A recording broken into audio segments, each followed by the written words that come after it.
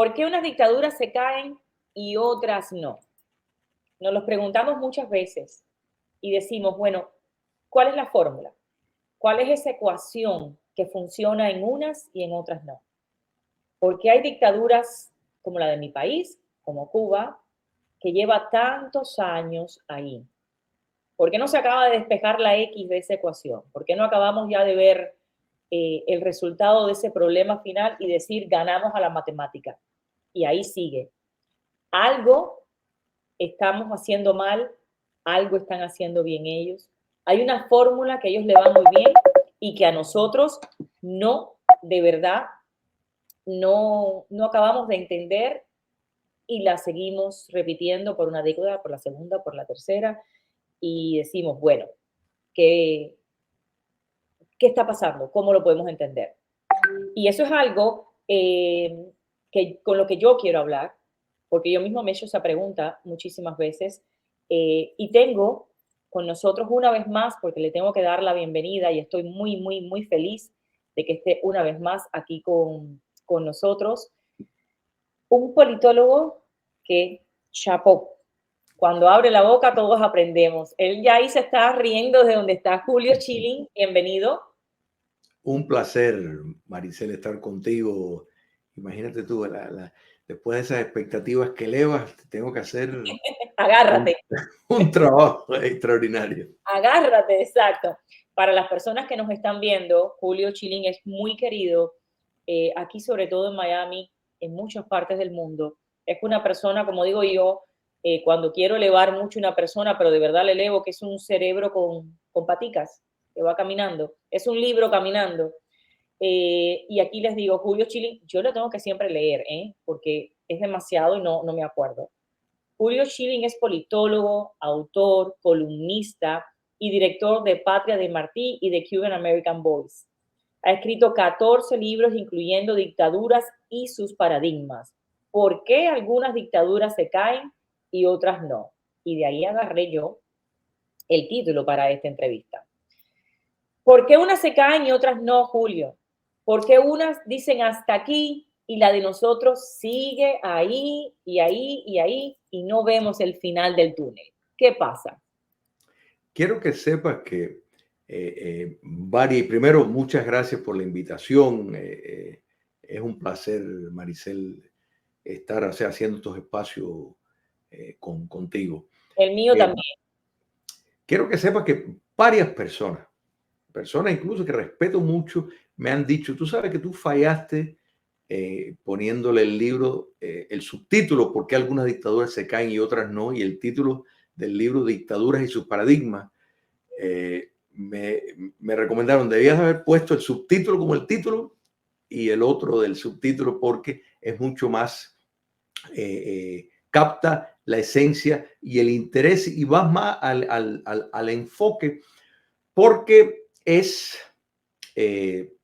una pregunta que la realidad, que yo mismo me lo hacía y los estudios y la profundización en ciencias políticas como politólogo, me convertí como una especie de científico, ¿no? ¿Verdad? Por ver por qué en algunos casos había una caída de un régimen dictatorial, que eso es un paso, o sea, el paso de liberación, pero que eso solo no dice toda la historia. Después está la parte de transitar hacia un régimen democrático, que a veces no se llega. O sea, a veces piensa que se llegó y después revertido. Entonces, ¿por qué en algunos lugares sí se cae la dictadura, no vuelve la dictadura y se establece un régimen democrático y en otros casos eso no ocurre y peor, porque algunas duran y no logran nunca desprenderse o por lo menos por un tiempo, no nunca, porque todo tiene su momento. ¿Qué pasa con la nuestra? Bueno, mira, tú dijiste algo eh, que no lo he escuchado tan a menudo como merece, y eso es, ¿qué están haciendo bien ellos? porque el propósito de un régimen dictatorial es promover la ineficacia entre toda corriente de oposición, en otras palabras, no darle viabilidad a que puedan llegar al poder. Entonces, tienen que usar todos los instrumentos, terrorismo de Estado, espionaje, influencia en el exterior, para que presentar la imagen que quieren. O sea, es todo una hazaña para mantenerse en el poder. No es fácil. Cabeza, ¿eh? Son muchas piezas. Muchas piezas, muchas piezas. Por eso es que incluso cuando, por un lado, resalto esa excepcionalidad del cubano en cuanto a ser emprendedor y hacer para el bien, lamentablemente para el mal también han sido bastante ingeniosos en saber no repetir lo que repitieron lugares donde precisamente ocurrieron transiciones democráticas. O sea, es a la inversa. Entonces, para que se entienda de que realmente no es tan complicado el poder contestar esa pregunta, Maricel, hay que entender la naturaleza del enemigo. Hay que entender la naturaleza del régimen dictatorial. En el caso nuestro, es un régimen de dominación total, es un régimen totalitario. Quiere decir que, porque esto tiene una definición y una categoría, esto no es simplemente una caracterización de una opinión, no, esto tiene sus características dentro de un modelo establecido, o sea, es el control político, económico y social por una dictadura que en efecto borra la sociedad civil. Y esto es importante porque muchas personas de manera errada, o sea, equivocadas, tal vez no es la intención, pues hablan de una sociedad civil en Cuba. En Cuba no hay una sociedad civil. En China no hay una sociedad civil. Si hubiera una sociedad civil, entonces quiere decir que habrían sindicatos independientes. Quiere decir que habrían colegios, o sea, que operan con instrucción privada separada del Estado. Y eso no existe. O sea, te estoy dando solamente varios ejemplos. No hay una sociedad civil. Hay una oposición, hay una disidencia, hay un cuerpo contestatario, podemos decir hay desafectos, personas que no están comulgando con el sistema, pero sociedad civil no encaja la definición. Y esto es fundamental porque determinadas rutas para querer buscar la democratización funcionan en regímenes autoritarios. Por ejemplo, la España de Franco, los regímenes dictatoriales que tuvieron Corea del Sur, por ejemplo, que tuvo Taiwán, que tuvo Brasil, que tuvo Grecia, eran regímenes totalitarios. En otras palabras, el poder político estaba controlado, pero la sociedad civil seguía teniendo sus instituciones, seguía funcionando. Si tú no te metías con el gobierno, no tenías ningún problema. Podías poner tu negocio, podías mandar tu hijo a un colegio privado, podías entrar y salir del país. O sea, el entorno político no se metía contigo. Entonces, hay una teoría que en la ciencia política se llama la teoría de modernización, que dice que si por vía del acercamiento comercial, si un país, una democracia, pues está negociando con un país autoritario, eventualmente ese país autoritario beneficiándose de las relaciones comerciales, la clase empresarial exitosa en el régimen autoritario eventualmente va a presionar al poder político para tener elecciones, para abrirse y liberalizar el espacio que queda en control monolítica, que es el poder político. Entonces, ahí vemos cómo España se abrió, ahí vemos cómo el acercamiento funcionó con Brasil, funcionó con Taiwán, funcionó con Corea del Norte, perdón, del Sur, del Norte no. Ahora, ¿por qué no funciona con nosotros? No funciona con nosotros por la misma razón que no ha funcionado con China o con Vietnam. Todo lo contrario, porque como es un régimen totalitario, como no existe la sociedad civil, el acercamiento económico solamente fortalece al poder político, porque no hay independencia económica fuera del poder político. En otras palabras, el Estado dictatorial es quien te da las herramientas, quien te da el crédito, quien te da el espacio económico para que tú puedas ser un exitoso. Es una variación, Maricel, de lo que fue el fascismo en Exacto. Alemania. O sea, que la empresa privada entre comillas, seguía las directrices del poder político. O sea, podían manejar los detalles de la operación siempre y cuando es lo que el Estado dictatorial alemán nacionalsocialista quería. Si no, pues lo sacaban de circulación. Lo mismo pasa en China, lo mismo pasa en Vietnam. Entonces, en el caso cubano, ellos parecen estar más atraídos hacia lo que ocurrió en Rusia, que esto es muy importante tomar en cuenta de que la caída del comunismo soviético produjo en Rusia la mayor campaña de privatización. En otras palabras, lo que eran las empresas estatales, no hubo en ningún lugar del mundo una mayor transición de privatización, o sea, de entidades públicas. Pero aquí está la cosa. Pero ¿quién fue ese sector privado? Ese sector privado era el mismo sector que estaba ligado al poder político. Eran, o sea, los allegados, los acomodados del antiguo régimen comunista, que entonces se beneficiaron de todo ese sistema, incluso facilitando la compra, el crédito de esos mismos adquisiciones. Entonces tienes una oligarquía y es el modelo que hay en Rusia, el modelo dictatorial, y es algo que el castrocomunismo probablemente ve como más factible transitar. Pero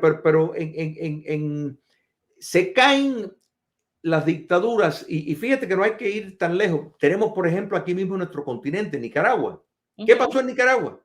Bueno, recuérdate que te dije que hay dos procesos, liberación y democratización. Nicaragua hubo liberación.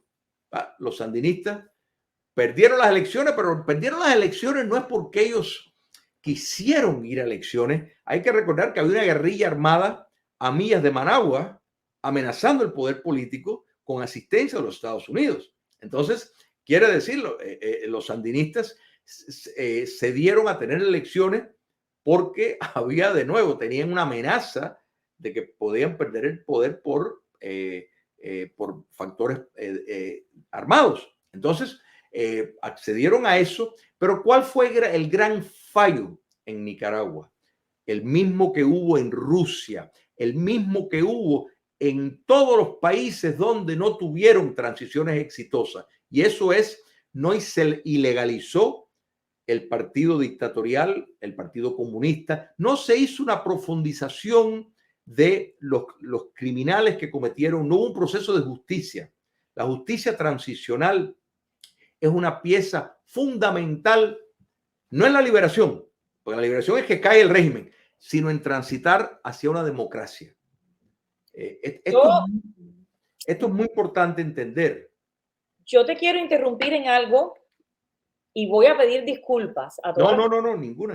A todas las personas que me están viendo, porque yo simplemente estudié periodismo y después me he dedicado toda mi vida a lo que es radio, televisión y demás. Yo no soy política, me encanta leer, siempre he estado rodeado de periodistas y demás y me gusta mucho aprender. Yo he llegado a una conclusión y yo quiero saber si yo estoy bien o no y voy a pedir disculpas nuevamente porque me estoy atreviendo a decir mi conclusión o lo que yo más o menos opino humildemente y a lo mejor yo no sé si estoy bien o no. Ayúdame, por favor, a aclarar si estoy en un error. A través de los años, yo he visto una ecuación repetitiva y le he visto, por ejemplo, voy a poner solamente el ejemplo de Cuba. Pasó en Alemania, lo vi hasta cierto punto en Unión Soviética, pero voy a poner el ejemplo de Cuba y de todos los éxodos que Cuba ha tenido cada cierto tiempo. Durante toda una vida nosotros sabemos que un régimen lo cambia o lo explota o la juventud. ¿Por qué? Porque el que ya está en medios tiempos como nosotros y el anciano dice, bueno, ya no tengo fuerzas, ya para qué, me amarran mis hijos. El joven, el que tiene la sangre caliente, el que tiene un futuro por delante, a través de todas las guerras, los regímenes que se han caído y demás, es el que sale a la calle y es el que hace el cambio. Por lo que yo he llegado a la conclusión, pasó cuando Camarioca, cuando los vuelos de la libertad, cuando el Mariel, cuando los balseros, el éxodo de los balseros, ahora con este parol que se ha aprobado, ese éxodo masivo que sale, yo veo como que la olla de presión se les va cogiendo presión a ellos y presión y presión y presión y presión, y cuando ve que ya esa olla va a explotar, ellos abren una vía o se agarran de una vía y dicen que se vaya el aire. Todo el que no esté de acuerdo con el sistema, el que nos pueda traer un problema, el que nos pueda alborotar o hacer temblar este sistema, esta plataforma que hemos creado, que se vaya. Se le va el aire a la olla, se le va todo aquel que le pueda explotar ese sistema. Vaciaron, limpiaron y volvieron a trancar la olla por unos cuantos años más. Y lo he visto repetitivo y les ha funcionado. Y ahora, ¿qué está pasando con este parol? No estoy criticando, todos hemos salido. Lo que estoy viendo es que lo que estaba diciendo, que inteligentes son, abren, obviamente, que todo el mundo se le va a ir porque están desesperados, porque quieren reunirse con su familia, porque no aguantan ese régimen, por todos los maltratos que llevan, porque se están muriendo y no hay vida. Claro que en cuanto abren la olla, todo el que tiene ganas de vivir se va. Pero por eso es que vuelve a trancar y el régimen está. ¿Estoy mal con lo que yo humildemente he analizado? O a lo mejor me vas a destapar y me vas a decir, estás completamente equivocada, esto es lo que pasa. No, está muy acertada. La dictadura comunista cubana ha utilizado los éxodos. Ha jugado y la con los inmigración, sentimientos de todos los cubanos. Juega. Son instrumentos del poder. Fíjate si eso es así, que en parte podemos explicar. Perdón, o sea, saliste tú, salí yo, salen los de ahora, todos hemos salido en épocas y en éxodos diferentes, huyendo por la misma razón. Y lo aclaro porque no quiero que haya nadie que vea este video y que diga, no, yo salí, tú saliste, todos hemos salido en cuanto nos abren, nos quitan el pitón a la olla, salimos, porque no hay quien viva ahí. Pero claro, a la misma vez se va el que los puede hacer temblar a ellos, y a lo mejor yo digo, esa es la fórmula que ellos han usado durante años. Pero hay un asterisco importante que quiero añadir a este concepto, pero antes de eso, cuando miramos lo que ocurrió el 11 de julio, o sea, que cientos de miles de cubanos salieron en 72, correcto, localidades. En parte eso ocurrió porque una de las concesiones que la dictadura castrista le pidió al expresidente Barack Obama fue que le quitara el privilegio inmigratorio a los cubanos por el estigma que eso les daba de que son unas dictaduras. Porque hay que recordar que la razón por la cual los cubanos tienen privilegio inmigratorio en los Estados Unidos está sustentado por una causa política. Entonces, ese estigma, la dictadura cubana estaba tan segura que quien iba a salir electo iba a ser Hillary Clinton y que iba a seguir el acercamiento de Barack Obama, que le pidieron a Obama rompe con esto. Fíjate que una de las primeras cosas que le preguntaron a Obama cuando hacen el acercamiento es si va a cambiar la política migratoria. Él dijo, no, eso no lo voy a tocar. Sin embargo, fue uno de sus últimos actos como presidente y eso fue a solicitud de la dictadura castrista que querían ya la apariencia de normalidad porque si un país tiene preferencia inmigratoria por condición política, quiere decir que hay una dictadura. Ellos querían quitarse de eso. Pero pasó lo inesperado. Salió el presidente Trump, que no cambió la decisión de Obama, pero sí apretó en cuanto a la entrada de dinero. Entonces tenían lo peor de los dos mundos.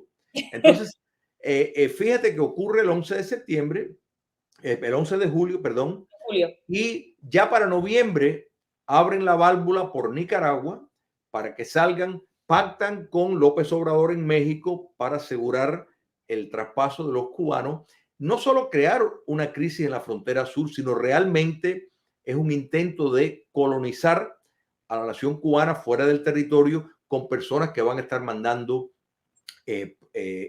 dinero una vez que salen. Pero aquí está el asterisco, Maricel, que esto es muy importante y yo creo que los cubanos tenemos que entender claramente, porque haces bien en señalar esto. Yo salí de Cuba con 6 años, o sea, he vivido casi toda mi vida fuera de Cuba, aunque he vivido dentro de nuevo de la nación cubana, pero como muchas de las personas que nos están viendo, pero hay una gran diferencia.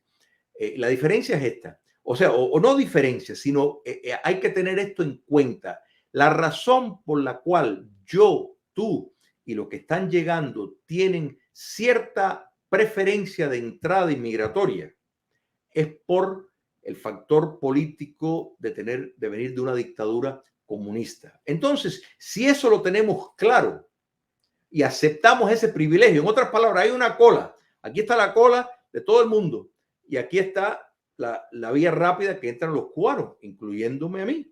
Exacto. Entonces, ¿cómo es posible que yo voy a destruir ese privilegio, ir ya después de un año de visita al lugar que supuestamente me está persiguiendo políticamente? No tiene sentido. No solo no tiene sentido, es injusto. Es injusto porque yo, por ejemplo, los que hacen la fila pueden regresar a su país. El colombiano, el argentino, el mexicano, ¿no, verdad? Está bien, pero tuvieron que esperar en esa fila. Entonces, si a mí me zumbaron delante de la fila, entonces hay que respetar para asegurar que mis hermanos que también quieran salir puedan seguir teniendo ese privilegio. De lo contrario, se está desnaturalizando y con razón el resto del mundo y muchos de ellos, nuestros hermanos latinoamericanos, dicen, epa, pero ustedes quieren volver como nosotros a nuestros países posteriormente, después de ser ya residentes, sin embargo, no quieren esperar como nosotros. Entonces, eso es una contradicción moral y una contradicción práctica que en efecto le va a cerrar las puertas. Yo estoy a favor de que todo el que busca la libertad tenga derecho de hacerlo. Quiere decir que tenga la potestad de venir a libertad. Todos nuestros hermanos cubanos, pero hay que entender que ese privilegio que nos dejaron entrar es por la condición política. Entonces, hay que estar claro que si vamos a regresar al año, entonces estamos luchando, estamos contribuyendo a que le cierren la puerta a otras personas que el día de mañana van a querer venir.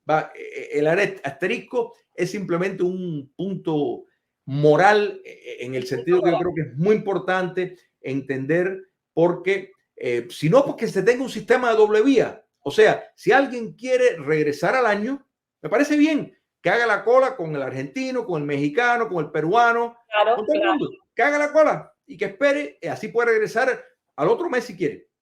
Pero si quieren salir adelante de la fila con la tarjetica política, respetemos eso. Respetemos eso, porque si no estamos burlando, entonces ¿qué persecución hay si vamos a regresar? Me perseguían antes y ahora no. Exacto. Yo creo que eso es un punto sí. Importante que hay que destacar y tener en cuenta. Pero sí, en tu planteamiento, sin duda, esto ha sido una herramienta que la sigue jugando y lamentablemente... ¿De la cual yo pienso, tiene sentido o no? ¿De parte de la dictadura castrista? Sí. Sí, de parte de la dictadura. Mira, no es que ellos tienen todo planeado. O sea, por un lado, se quitan una presión social total extraordinaria. Por otro lado, están apostando a poder, porque el éxito de la campaña para ellos, de la inmigración, requiere que ellos tengan los controles de quién entra después y quién sale. Y eso lo están tratando de conseguir con la actual administración Biden. En otras palabras, todas estas reuniones que tienen de cooperación, nada menos que cooperación hasta en cuestiones de droga. Imagínate tú, el narcotraficante está negociando con el policía las reglas del narcotráfico. Pero es un cuchillo de doble filo, porque por un lado ellos están apostando que el que sale, pues como va a querer regresar, va a tener cierta comportamiento no politizado hacia ellos. Pero sin embargo, cuando el 11 de julio vimos cómo tantos recién llegados protestaban y exigían libertad, o sea, tanto de aquí como los que estaban allá. O sea, no estoy tan seguro que van a lograr eso que quieren, porque el cubano cuando sale inmediatamente se incorpora a la nación cubana que está afuera, pero se incorpora de una manera que al vivir en libertad, al vivir en democracia, es muy chocante mirar hacia un territorio donde no te puedes expresar lo que sientes, no puedes elegir a quién te representa, no te puedes reunir en una asamblea en público. Entonces, ese gran polo de diferencia entre los cubanos que viven en libertad y los cubanos que viven en cautiverio, pues va creando una concienciación en esa nueva generación que, aunque no recibieron clases de democracia, están viviendo en democracia. Y eso entonces para muchos le dice, bueno, queremos, sí, está bien, mejorías económicas para nuestros hermanos en la isla, pero queremos también libertad, queremos espacio como el que tenemos nosotros acá. Entonces eso es el otro lado de la moneda de la dictadura castrista, o sea que no lo tienen todo calculado, claro, pero de inmediato sí le resuelve un problema de la presión política, porque tiene un efecto de silenciador. En otras palabras, si alguien está pensando salir del país, pues no va a estar conspirando para derrocar el régimen, por ejemplo, o haciendo cosas que pudieran aportar hacia un cambio de régimen, porque ya están contemplando la salida del país. Eso lo saben ellos, lo han probado a través de los años. O sea, cada vez que hay una crisis, esa es la respuesta. Pero a la misma vez, el otro lado de la moneda, repito, Maricel, es que esa nación cubana poderosa, tú calcula, mira, los cubanos que viven en libertad producen 9 veces en términos de producto interno bruto de lo que se produce en la isla de Cuba. 9 veces. Quiere decir que como nación está el ejemplo Alemania Occidental y Alemania Oriental, o Corea del Sur versus Corea del Norte. Entonces, la aspiración de todo cubano en la isla es poder ir a Cuba fuera del territorio nacional. Eso es trágico, pero eso uno puede mirar cuando miras en aras de el futuro y en aras de la situación cubana. No es tanto un factor negativo en el sentido de que no están pidiendo ir a un lugar donde viven netamente norteamericanos y vivir en lo que es completamente USA. No, quieren vivir en USA, pero dentro de la colonia cubana, dentro del territorio cubano, porque pertenecen a ese tribu. ¿Y eso contribuye a que esa dictadura no se caiga? Bueno, no. Contribuye a que no se caiga porque no se está utilizando los mecanismos que se utilizaron. Por ejemplo, si miramos la caída del comunismo soviético, ¿qué pasó? ¿Por qué cayó? Bueno, cayó porque había un gobierno norteamericano decidido a revertir el comunismo soviético. O sea, había una guerra armamentística, había guerras en las galaxias por los armamentos, donde la Unión Soviética entendió que dentro de 10 años los Estados Unidos tendría la capacidad de un primer ataque nuclear exitoso. Quiere decir que ellos no iban a tener tiempo de reaccionar. Había una guerra en Afganistán, había una guerra en Centroamérica, había una guerra en África. O sea, los Estados Unidos fue quien estuvo detrás de esa decisión de revertir el comunismo soviético. Ya no era contenerlo, sino una postura agresiva. Agresiva, Entonces, ahí voy. Agresiva. Gorbachev, Maricel, fue puesto ahí por la KGB con el fin de salvar el socialismo. Los rusos trataron de hacer lo que hicieron los chinos. Mira, el año 89 fue algo fenomenal, porque por un lado cayó el muro de Berlín. El muro de Berlín. Sin embargo, 5 meses antes, en la plaza de Tiananmen se consolidó el modelo chino. Más de 5,000 chinos perecieron. ¿Y cuál fue el sistema que prevaleció en China? El modelo chino. En otras palabras, que se podía tener una economía híbrida que utiliza el mercado, pero un Estado leninista. Entonces, Julio, una gran contradicción, pero eso fue lo que ocurrió. Entonces, eso es lo que los rusos querían hacer, abrir la economía y preservar el poder político. El problema es que no encontró Gorbachev el apoyo político para hacer eso. Entonces, ¿qué hizo él? Él dijo, pues voy a abrir el poder político para que entonces apoyen las reformas económicas que quiero hacer. Pero lo que no entendió es que a la vez que abrió, que esto sí lo entiende el castrocomunismo, cuando abrió los espacios políticos, ahí se le fue de la mano y la gente no votó por el comunismo, como él ilusamente pensó que iba a ocurrir. O sea, esto hay que entenderlo claro. Gorbachev estaba ahí para salvar el socialismo y no lo logró. Los chinos entendieron que esa opción no se la podían dar a la ciudadanía. De hecho, las reformas económicas que empezaron en el 78, ya para el 89, fíjate cómo estaban las personas. O sea, lo de Tiananmen fue una acumulación de semanas de protestas pidiendo democracia. Entonces los chinos se dieron cuenta, aquí esto están confundidos. O sea, ellos creen que las reformas económicas quieren decir reformas políticas y aquí esto no va a ocurrir. Entonces, eso fue a la inversa en Rusia, lo que hicieron, pero la tragedia de Rusia fue que no siguieron con los otros pasos que hay que seguir. O sea, de desmantelar el sistema. Te voy a poner una campanita, porque te quiero preguntar y no te quiero interrumpir. Me quedé ahí loca por preguntarte algo que yo sé que muchas de las personas que están viendo en este video, y no me quiero, ya vamos por 32 minutos y con este señor es así, no puede haber. Quedamos pendientes para hacer otro programa en otro momento con mucho gusto. Perfecto. No, pero mira, dijiste algo que yo ahí estaba como los alumnos levantando la mano para podértelo preguntar. La Unión Soviética cayó porque Estados Unidos tenía todas las intenciones de que cayera. ¿Correcto? Correcto. La pregunta del millón, la pregunta que se han hecho tantas personas y que a lo mejor están diciendo, Maricel, hazla. ¿Por qué Estados Unidos no se ha interesado en que caiga la dictadura cubana?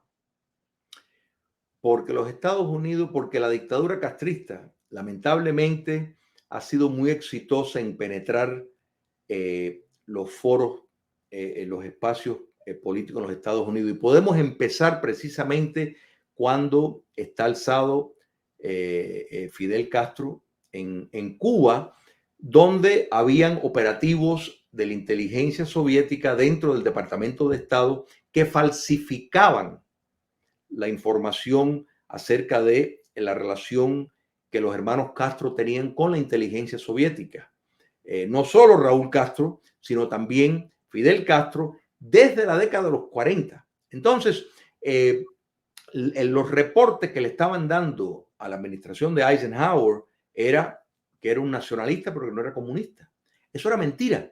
Entonces, el castrismo ha sido en esto muy ingenioso en penetrar instituciones para prestar una ilusión falsa. ¿Qué fue Ana Belén Montes, por ejemplo?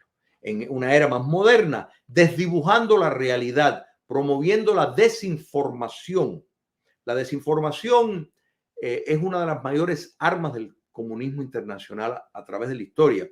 Y lo que buscan es desdibujar la realidad para lograr del adversario un entendimiento falso de la realidad. En este caso, de que Cuba comunista no es una amenaza. Entonces, han ido vendiendo esa imagen por medio de penetración del espionaje, por medio de alianzas que tienen con personas de influencia en los Estados Unidos que tienen peso y le dicen, mira, aquello realmente no es una amenaza para los Estados Unidos. Entonces, cuando le añades el hecho de que es un sistema democrático el que hay aquí en los Estados Unidos y ningún presidente quiere que le explote una situación en su reloj que le puede costar las próximas elecciones, pues entonces ellos han jugado con eso. En todo momento Cuba comunista ha tenido y ha invertido enormemente. Mira, hay tanta miseria en Cuba, no solo por la ineficacia del sistema en producir, Maricel, es también por lo que ellos se gastan en espionaje, en buscar favores en el exterior, en invertir, en llevar a personas a Cuba a que estudien gratuitamente, ¿no es verdad? Que hagan una carrera para que se conviertan en embajadores posteriormente. O sea, es así como han logrado. En las Naciones Unidas, por ejemplo, han hecho un trabajo extraordinario de tener una ofensiva multilateral con países de poco peso, sin embargo, que presentan un bloque para presentar al castrismo algo muy diferente a lo que es. Han trabajado mucho en la comunidad negra en los Estados Unidos, particularmente en la década de los 60 y 70, con las Panteras Negras, movimientos marxistas violentos, terroristas. The Black Lives Matter tienen vínculos con el castrismo.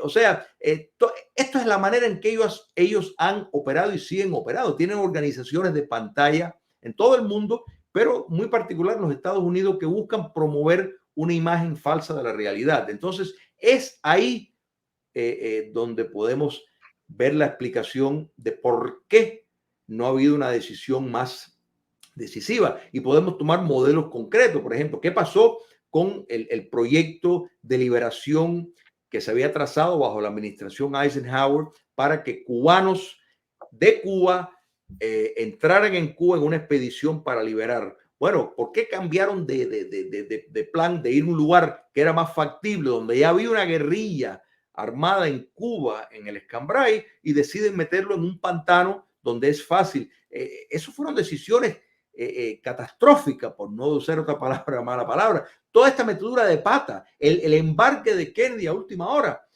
¿Quién ha visto que se gana una batalla sin el apoyo aéreo?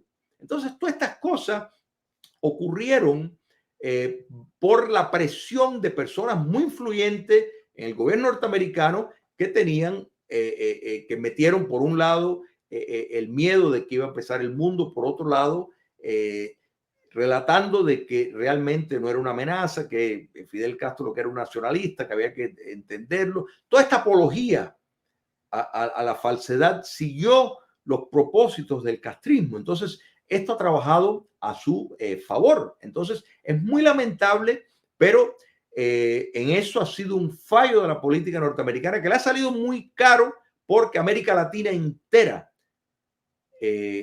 la tienen encendida por la forma, realmente la inercia que han ejercido en cuanto a cómo enfrentar la subversión marxista en el continente. Aparte, voy a opinar, vuelvo a decir mi humilde opinión. Cuando yo salí de Cuba, que yo fui como tantas cubanas que fueron tantos cubanos que han ido por muchos países antes de llegar aquí a Estados Unidos. En uno de los países donde yo estuve y viví fue, primero pasé por el Perú, y en el Perú, en la época en que yo fui, y voy a decir esto entre paréntesis, la maravilla que me estaban hablando del Che, de Fidel Castro, era enorme.